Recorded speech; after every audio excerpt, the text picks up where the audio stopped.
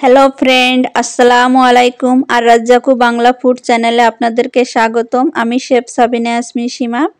প্রথমে আমরা কড়াইতে তেল দিয়ে দেব।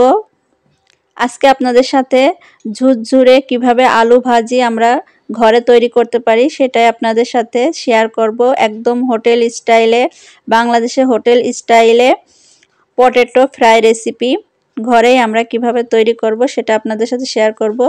এর প্রথমে চিলি ফ্লেক্স, আলু, রসুন, পেঁয়াজ আমরা কড়াইতে দিয়ে দিলাম। দিয়ে এটাকে সুন্দর করে আমরা ভেজে নেব। আপনারা ঘরে কি সুন্দরভাবে how to make potato fry at home, আপনারা ঘরেই এটা সুন্দরভাবে তৈরি করে ফেলতে পারবেন।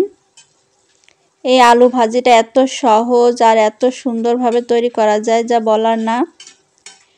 প্রত্যেক দিন কিন্তু হোটেলে এটা বিক্রি হয়, প্রচুর পরিমাণে সেল হয় সকালে এবং সন্ধ্যায়।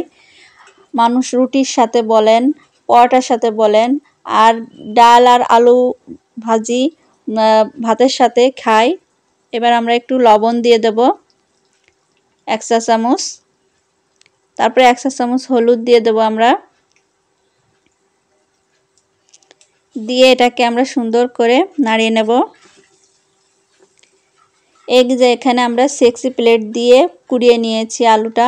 কুড়িয়ে সুন্দর করে ধুয়ে নিতে হবে যাতে এর কষটা না থাকে। কষটা যদি থাকে তাহলে কিন্তু আলু ভাজিটা জড়িয়ে যাবে আর ঝরঝরে ঝুরি আলুটা সুন্দর ঝুরি থাকবে না, কেটে যাবে একটার সাথে একটা। এই ঝুরি আলু ভাজিটার প্রধান টিপসই হলো এটা। আমি শেফ, আমার চ্যানেলে আরও অসংখ্য রান্না আছে, আপনাদের দেখে আসার দাওয়াত রইল। আমি দীর্ঘ ট্রেনিংয়ে যা কিছু শিখছি সবই আপনাদের সাথে শেয়ার করার চেষ্টা করি। আপনারা সাবস্ক্রাইব করে বন্ধু হিসাবে আমার পাশে থাকবেন।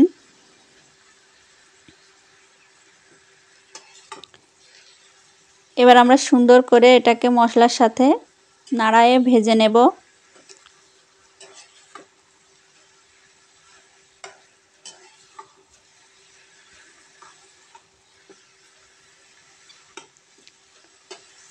হাউ টু পটেটো আলু ফ্রাই।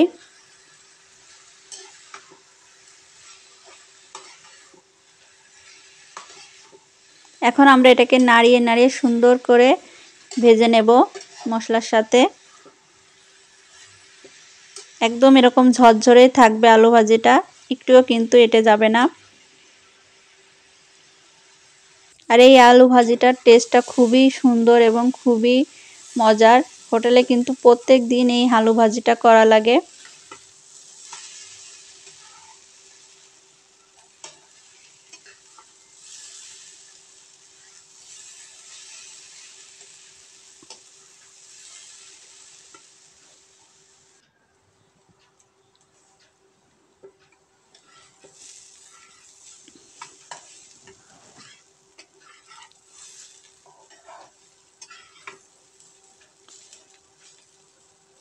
দেখুন কত সুন্দরভাবে ঝরঝরেভাবে আলু ভাজি নাড়িয়ে নাড়িয়ে এরকম ভেজে নিতে হবে। দেখুন রেডি হয়ে গেল আলু ভাজি। ভালো থাকুন, সুস্থ থাকুন।